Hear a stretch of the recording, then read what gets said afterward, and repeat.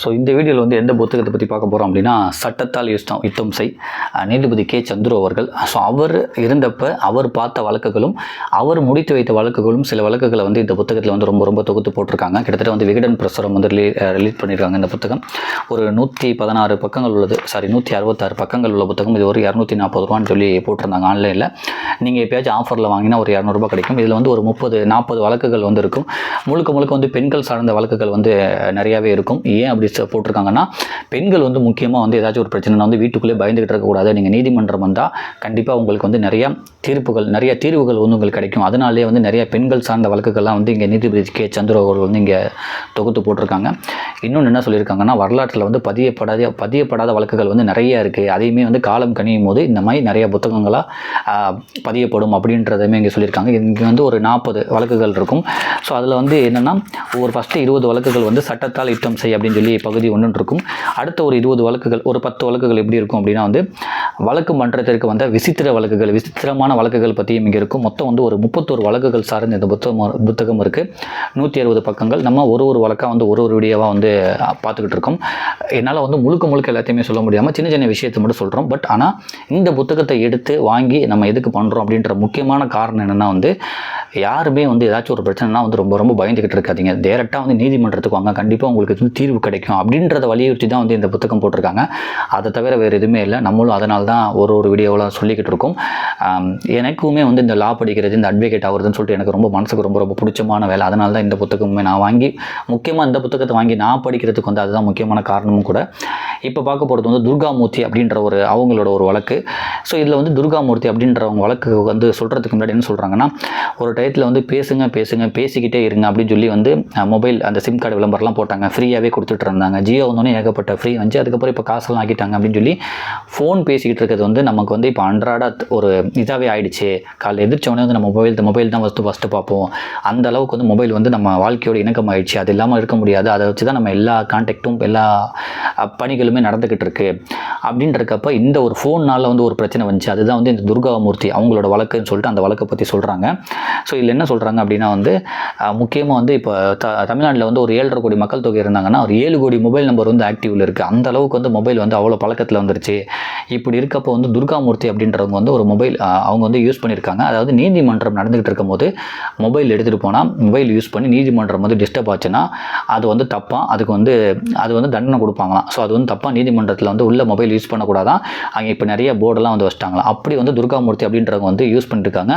அதுக்கு ஒரு லாயர் வந்து கேஸும் போட்டிருக்காரு. அவர் வந்து அன்யூனிஃபார்மில் இருந்திருக்காரு. அவர் வந்து இவங்களை வந்து வீடியோ எடுத்திருக்காரு. ஸோ அதனால இவங்க 2 பேத்துக்கும் பிரச்சனை முட்டிருக்கு. பட் அப்போ வந்து நீதிமன்றம் வந்து ஆல்மோஸ்ட் முடிச்சா, நிறைய கும்பல்லாம் இல்லையா, நிறைய அட்வொகேட் இல்லையா, இவங்களுமே வந்து ஒரு ஆட்சியாளர் ஒரு பொறுப்பில் வந்து இருந்திருக்காங்க. அவங்க வந்து ஒரு கோர்ட்டுக்கு வந்து ஒரு விஷயமா போயிருக்காங்க.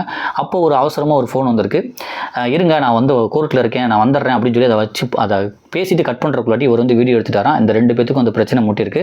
அதுக்கு இவங்க சொல்கிறாங்க, நான் வந்து வந்துடுறேன், கோர்ட்டில் இருக்குன்னு சொல்லிட்டு நான் வச்சுட்டேன். அப்படி நான் ஃபோனை வந்து நீதிமன்றத்துக்குள்ளே யூஸ் பண்ணது தப்புன்னா அவர் என்னை வீடியோ பிடிச்சிருக்காருல, அதுவும் தப்புன்னு சொல்லி இந்த 2 பேருமே மாறி கேஸ் போட்டிருக்காங்க. ஸோ லாஸ்ட்டில் நீதிமன்றம் வந்து யாருக்கு சப்போர்ட்டாக இருந்துச்சு என்னன்னு சொல்கிறது தான் இந்த ஒரு வழக்கு. சின்ன விஷயத்தை மட்டும் சொல்கிறேன். அதையும் தாண்டி நீங்கள் இந்த புத்தகம் வாங்கி படிங்க. இந்த புத்தகம் வாங்கி படிக்கிறதையும் தாண்டி நீங்கள் வந்து ஏதாச்சும் ஒரு பிரச்சனைனா நீதிமன்றம் அணுகுனா கண்டிப்பாக உங்களுக்கு வந்து ஒரு நல்ல தீர்வு கிடைக்கின்ற ஒரு நம்பிக்கை வந்து இந்த வழக்குகள்லாம் வரும். அப்படி தான் வந்திருக்கு. ஸோ நெகட்டிவான விஷயங்களும் நிறையா இருக்குது. டப்பு நம்ம பாசிட்டிவாக விஷயத்தையே நம்ம சொல்லுவோம். அதேமாதிரி வந்து இந்த புத்தக ஆரம்பத்தில் என்ன சொல்லியிருப்பாங்கன்னா வந்து, நீதிமன்றம் வந்து அதாவே வந்து நிறைய வழக்குகளை வந்து எடுத்து தீர்ப்பு கொடுத்துருக்கு அப்படின்றதையுமே சொல்கிறாங்க. இன்னொன்று என்னென்னா வந்து, ஒரு மூதாட்டி வந்து ஒரு சின்ன போஸ்டர் கார்டில் வந்து ஒரு நீதிமன்றத்துக்கு வந்து ஒரு லெட்டர் எழுதி ஒரு போஸ்டர் கார்டு அனுப்புவாங்களா, இந்த மாதிரி எனக்கு பிரச்சனை சொல்லி. அந்த போஸ்டர் கார்டை பார்த்துட்டு மூதாட்டிக்கு வந்து நல்ல ஒரு தீர்ப்பு வாங்கி கொடுத்துருக்கான். அந்தளவுக்கு வந்து நீதிமன்றங்கள் வந்து செயல்பட்டுருக்கு அப்படின்றதுமே இங்கே பதிவு பண்ணுவாங்க இந்த புத்தகத்தில். ஸோ இப்போ வந்து அந்த வழக்குக்கு வருவோம். உயர் நீதிமன்றத்தில் இன்று யாராவது நுழைந்ததுமே கண்ணில் படும் அறிக்கை இவைதான். செல்பேசி தடை செய்யப்பட்டுள்ளது. செல்பேசி உபயோகித்தால் அவை பறிமுதல் செய்யப்படும். செல்பேசி உபயோகிப்பவர்கள் மீது நீதிமன்ற அவமதிப்பு நடவடிக்கை எடுக்கப்படும். அதை படிக்கும் யாவருக்கும் கேலி கிண்டாகும். ஓர் அரசு ஊழியர் நீதிமன்ற நடவடிக்கைகளை செல்பேசியில் பதிவு செய்தார் என்று கூறி அவர் மீது நீதிமன்ற அவமதிப்பு நடவடிக்கை எடுக்கப்பட்டது. அவர் நீதிபதியின் முன்னால் தடால் என்று காலில் விழுந்து மன்னிப்பு கேட்டார். நீதிமன்ற உத்தரவிற்கு பிறகே தமிழக அரசு ஊழியர்கள் நீதிமன்றம் செல்லும்போது கடைபிடிக்க வேண்டிய விதிகளை பட்டியலிட்டு நடைமுறை விதிகள் அரசாணை வெளியிட்டது. நீதிமன்றத்திற்கு செல்பேசியுடன் சென்ற சிவகங்கை கோட்டாட்சியர் துர்காமூர்த்தி சந்தித்த சட்ட யுத்தத்தை பார்க்கலாமான்னு சொல்லிட்டு இந்த மாதிரி ஏற்கனவே ஒருத்தர் செல்ஃபோன் யூஸ் பண்ணியிருக்காரு அப்படின்றதையுமே இங்கே சொல்கிறாங்க. அவர் என்ன பண்ணியிருக்காரு அப்படின்னா ஒரு அரசு ஊழியர் நீதிமன்ற நடவடிக்கைகள், அந்த அரசு ஊழியர் இந்த மாதிரி நீதிமன்றத்தில் செல்ஃபோன் யூஸ் பண்ணி நீதிமன்றம் அவரோட காலிலே மன்னிப்பு கேட்டார். அதனால் அரசு ஊழியர்கள்லாம் செல்ஃபோன் யூஸ் பண்ணுறதுக்கான வரைமுறைகளை நீதிமன்றமே அரசாணை வெளியிட்டிருக்கு அப்படின்றத இங்கே பதிவு பண்ணுறாங்க. அந்த ஒரு காலகட்டத்தில் நீதிமன்றத்துக்கு செல்ஃபோனோட பேசிய சிவகங்கை கோட்டாட்சியர், இவங்க சிவகங்கை கோட்டாட்சியர் இருந்திருக்காங்க. துர்கா மூர்த்தி சந்தித்த சட்ட யுத்தத்தை பார்க்கலாமான்னு சொல்லிட்டு இவங்க தான். இங்கே என்ன பண்ணியிருக்காங்கன்னா அதுக்கு முன்னாடி அந்த வரலாறு சொல்கிறாங்க. அந்த வரலாறுமே நான் படிச்சிடுறேன். உயர்நீதிமன்ற மதுரை கிளையில் 4ஆம் எண் அறையில் வழக்கு ஒன்றிற்காக அன்று சிவகங்கை கோட்டாட்சியராக இருந்த துர்காமூர்த்தி வருகை தந்திருந்தார். வழக்கறிஞர்கள் யாரும் வராததால் நீதிமன்றத்தில் கூட்டமில்லை. நீதிபதியும் பட்டியலிட்டிருந்த வழக்குகளை கூப்பிட்டு விட்டு வழக்குகளை ஒத்திவைத்து தனது அறைக்குள் சென்று விட்டார். இருக்கையில் அமர்ந்திருந்த துர்காவிற்கு ஆட்சியர் அலுவலகத்திலிருந்து செல்பேசியில் அழைப்பு ஒன்று வந்தது. இந்த மாதிரி அங்கே அப்பயுமே வழக்குகள்லாம் முடிச்சு நீதிபதியுமே அவர் அறைக்குள்ளே போயிட்டார். இவங்க உள்ள ஒரு வேலையாக வந்திருக்காங்க அந்த சிவகங்கை கோட்டாட்சியர் அந்த துர்காமூர்த்தி அவங்க. அப்போ அவங்களுக்கு ஃபோன் வந்திருக்கு, அவங்களோட ஆஃபீஸ்லேருந்து ஃபோன் வந்திருக்கு. நான் நீதிமன்றத்தில் தான் இருக்கேன், நீங்கள் வைங்க அப்புறம் பேசுகிறேன்னு சொல்லி கட் பண்ணியிருக்காங்க. அவங்களுக்கு அரசு பணி நிமித்தமாக தான் கால் வந்திருக்கு, பர்சனல் கால் இல்லையா. அந்த டயத்தில் ஒரு அன்யூனிஃபார்மில் ஒரு அட்வொகேட் உட்காந்துருக்காரு. அவர் வீடியோ எடுத்து நீங்கள் பண்ண தப்பு அப்படின்னு சொல்லி 2 பேத்துக்குமே சண்டை வந்திருக்கு. அங்கேருந்து சண்டை முத்திக்கிட்டு அதுக்கப்புறம் வெளியிலையுமே 2 பேர் கொஞ்சம் வார்த்தையை நிறையா விட்டுருக்காங்க.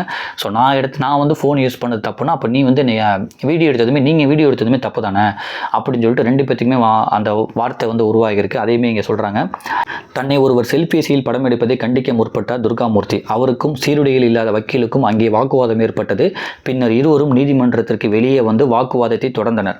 செல்பேசியை நீதிமன்றத்தில் உபயோகிப்பது நீதிமன்ற அவமதிப்பு செயல் என்பது தெரியாதா, அங்கே உள்ள அறிவிப்பை பார்க்கவில்லையா என்று வக்கீலும் குற்றவியல் நடைமுறை சட்டத்தின்படி நிர்வாக நடுவர் அந்தஸ்து பெற்றவர் என்றும் அதனால் நீதிமன்ற விதிமுறைகள் தெரிய வேண்டும் என்றும் தனக்கு அவசரமாக ஆட்சியர் அலுவலகத்திலிருந்து வந்த அழைப்புக்குத்தான் நீதிமன்றத்தில் இருப்பதை கூறிவிட்டு உடனே துண்டித்து வைத்ததாகவும் அவர் பதிலளித்தார்.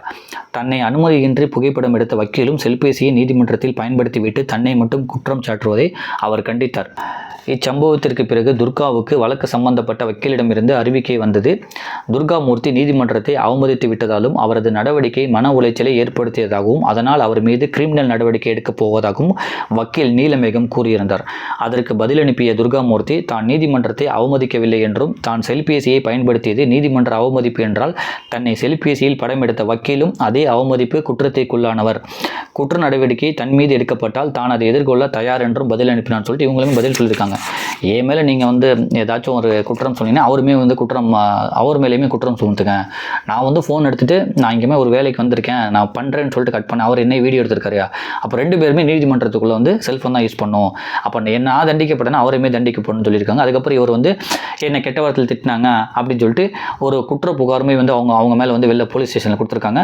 பட் இதெல்லாம் நீதிமன்றம் நடந்துக்கிட்டு இருக்கப்போ அது பண்ணால் குற்றவியல் அவமதிப்பாயிருமா. நீதிமன்றம் நடந்துக்கிட்டு இருக்கும் போது ஃபோனை யூஸ் பண்ணி டிஸ்டர்ப் பண்ணால் அது குற்றவியல் அவமதிப்பாயிருமா, சிவில் அவமதிப்புன்னு இருக்கா. 2 அவமதிப்பு சொல்கிறாங்க, சிவில் அவமதிப்பு குற்றவியல் அவமதிப்புன்னு. இங்கே நீதிமன்றம் நடக்கல, ஆல்ரெடி எல்லா வழக்குகளையும் முடிஞ்சிருச்சு. அதனால் இது சிவில் அவமதிப்பில் தான் வரும், குற்றவியல் அவமதிப்பில் வராது. ஏன்னா நீதிமன்றம் நடந்துகிட்டு இருக்கும்போது அவங்க பண்ணியிருந்தால் இது குற்றவியல் அவமதிப்பில் வரும்னு சொல்லி அதையுமே சொல்கிறாங்க. அதுக்கப்புறம் இதை எப்படி வழக்கு முடிச்சு வச்சாங்கன்றதையுமே இங்கே சொல்கிறாங்க. லாஸ்ட்டில் துர்காமூர்த்தி அவங்களுக்கு சப்போர்ட்டாக தான் இந்த தீர்ப்பு வந்திருக்கு. அதை தான் நான் இங்கே லாஸ்ட்டாக சொல்லிடுறேன். இந்த இருதரப்பு வாதங்களை நீதிமன்றம் கேட்டிருக்கலாம். அதுக்கு முன்னாடி இவங்க அமுச்சு விட்டது நோட்டீஸ் அதெல்லாம் கொஞ்சம் சின்னதாக சொல்லியிருக்காங்க. நான் எடுத்தோடனே முடிவை மட்டும் சொல்லிடுறேன். நீங்கள் அந்த புத்தகத்தை வாங்கி முழுக்க உள்ள அந்த சிவில் அவமதிப்புனா என்ன, குற்றவியல் அவமதிப்புனா என்னன்னு சொல்லி நீங்களுமே கொஞ்சம் படித்து தெரிஞ்சுக்கோங்க. இருதரப்பு வாதங்களையும் கேட்ட உயர்நீதிமன்றம் நீதிமன்ற அவமதிப்பு மனுவை தள்ளுபடி செய்தது. வழக்கறிஞரும் செல்பேசியை நீதிமன்றத்தில் பயன்படுத்தி துர்காமூர்த்தியை படம் எடுத்த செயலையும் கண்டித்ததுன்னு சொல்லிட்டு 2 பேரும் போட்ட இதுவுமே தள்ளுபடி பண்ணியிருக்காங்க. அது மாதிரி அந்த வழக்கறிஞர் நீலமேகம் அவரையுமே சொல்லியிருக்காங்க, நீங்கள் அவங்கள படம் எடுத்ததுமே தப்பு, ஸோ அதுவுமே அவமதிக்கத்தக்கதுன்னு சொல்லி அவரையுமே சொல்லியிருக்காங்க. செல்பேசியை நீதிமன்றத்தில் உபயோகப்படுத்துவது எப்படி வக்கீல்களுக்கு மிகவும் தேவைப்படும் செயல் என்றும், செல்பேசியை உபயோகப்படுத்துவதன் மூலம் நீதிமன்ற நடவடிக்கைகளுக்கு இடையூறு விளைவித்தாலன்றி மற்ற காரியங்களுக்கு செல்பேசியை பயன்படுத்துவதை குற்றமாக கருத முடியாது என்றும் நீதிமன்றம் தீர்ப்பளித்தது. துர்காமூர்த்தியும் நீதிமன்றம் தன்னை விடுவித்ததில் நிம்மதி பெருமூச்சு விட்டார்னு சொல்லிட்டு லாஸ்ட்டில் வந்து ரொம்ப ரொம்ப அவசரத்துக்கு தான் அவங்க யூஸ் பண்ணாங்க. அவங்க அதுக்கு மேலே வந்து நம்ம தேவையில்லாமல் வந்து டிஸ்டர்ப் பண்ணுற மாதிரி யூஸ் பண்ணி தான் கண்டிப்பாக வந்து அவங்க மேலே நமக்கு வந்து ஏதாச்சும் ஒரு ஆக்ஷன் எடுக்கலாம். அவங்க வந்து டிஸ்டர்ப் பண்ணுற மாதிரி யூஸ் பண்ணல, ரொம்ப ரொம்ப தேவைகளுக்காக தான் யூஸ் பண்ணியிருக்காங்க. அவங்களோட ஆஃபீஸ்லேருந்து ஒரு ஃபோன் வந்திருக்கு, அதை இது பண்ணியிருக்காங்க. அதனால் அது பெரிய பிரச்சனைலாம் இல்லை, பெரிய டிஸ்டர்பன்ஸ்லாம் ஆகலைன்னு சொல்லிட்டு அவங்கள வந்து எதுவுமே பண்ணாமல் அவங்கள வந்து அவங்களுக்கு சப்போர்ட்டாக வந்து தீர்ப்பு வந்துருச்சு. அதனால் வந்து அவங்க ரொம்ப துர்காமூர்த்தி வந்து ரொம்ப ரொம்ப சந்தோஷப்பட்டாங்க அப்படின்றதுமே இங்கே சொல்கிறாங்க. இதுதான் வந்து ஒரு வக்கீலுக்கும் ஒரு அரசு வேலையில் உள்ள அவங்களுக்கும் நடந்த அந்த ஃபோன் பஞ்சாயத்து எந்த அளவுக்கு வந்து ஒரு சப்போர்ட்டாக முடிஞ்சிருக்கு அப்படின்றத சொல்கிறாங்க. இது ரொம்ப ரொம்ப சின்ன விஷயம் தான், பட் ஆனால் அதுக்குமே ஒரு தீர்ப்பு இருக்குது அப்படின்றத அந்த புத்தகத்தில் வலியுறுத்துறாங்க. ஸோ நீங்களுமே உங்களுக்கு பிரச்சனைனா நீதிமன்றத்தை போய் அணுகுங்க, கண்டிப்பாக வந்து உங்களுக்கு ஒரு தீர்ப்பு கிடைக்கும் அப்படின்றது தான் வந்து இந்த புத்தகம் வந்து அடுத்தடுத்து பதிவு பண்ணுது. ஸோ அடுத்து வந்து போத்துமல்லி அப்படின்ற ஒரு வழக்கு வந்து ஆரம்பிக்குது. இதை நம்ம வந்து அடுத்த வீடியோவில் பார்ப்போம். ஸோ நீங்கள் வாய்ப்பு இருந்தால் அந்த புத்தகம் வாங்கி படிங்க. ஒரு 200 ரூபாய் இருக்கும், டிஸ்கவுண்ட்லாம் போச்சுன்னா. விகடன் பிரசுரம் வந்து ரிலீஸ் பண்ணிருக்காங்க.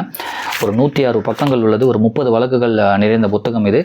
ஸோ இந்த நீதிபதி கே சந்துரு அவர்கள் பற்றி என்னென்னா வந்து ரொம்ப ரொம்ப வேலைப்பளு வந்து அதிகமாக இருந்தாலும் வந்து கிட்டத்தட்ட 1,00,000 வழக்குகள் வந்து அவரோட பணியில் இருக்கும்போது முடிச்சு வச்சுருக்காரு. அந்த அளவுக்கு வந்து ரொம்ப ரொம்ப தீவிரமாக இருந்திருக்காரு. ஏன்னா லேட்டாக கொடுக்கப்பட்ட நீதி வந்து மறுக்கப்பட்ட நீதி, அதனால் வந்து லேட்டாக ஒரு நீதியை கொடுக்கக்கூடாது, சீக்கிரமே கொடுக்கணும்னு சொல்லிட்டு 1,00,000 வழக்குகளை முடிச்சு வச்சுருக்காங்க நீதிபதி சந்துரு அவர்கள். நிறைய வழக்குகள் வந்து பெண்களுக்கு சப்போர்ட்டாக வந்து இவரோட வழக்குகள் வந்து இருந்திருக்கு. அந்த அளவுக்கு வந்து அவங்களுக்கு வந்து நீதி வாங்கி கொடுத்துருக்காரு. ஸோ நீங்களுமே வாய்ப்பு இருந்தால் நேரம் ஒதுக்கி இதை படிங்க. நீதிபதி கே சந்துரு அவர்களை பற்றி ரொம்ப ரொம்ப சிம்பிளாக சொல்லணும் புரியாதவங்களுக்கு அப்படின்னா, ஜெய்பீம் படத்தில் உள்ள அந்த கேரக்டர் இருக்குல்ல, சூர்யா அவர்களோட கேரக்டர். ஸோ அவர் வந்து கே சந்துரு அவர்களோட இன்ஸ்பிரேஷன் தான் வந்து அந்த படம் வந்து எடுத்தாங்க. அந்த மாதிரி மக்களுக்கு நிறைய அந்த படத்தில் வர மாதிரி அந்த மாதிரி மக்களுக்கு வந்து நீதிபதி கே சந்துரு அவர்கள் வந்து நீதி வாங்கி கொடுத்துருக்காரு. ஸோ நீங்கள் வாய்ப்பு இருந்தால் இந்த புத்தகத்தை வாங்கி படிங்க. நன்றி.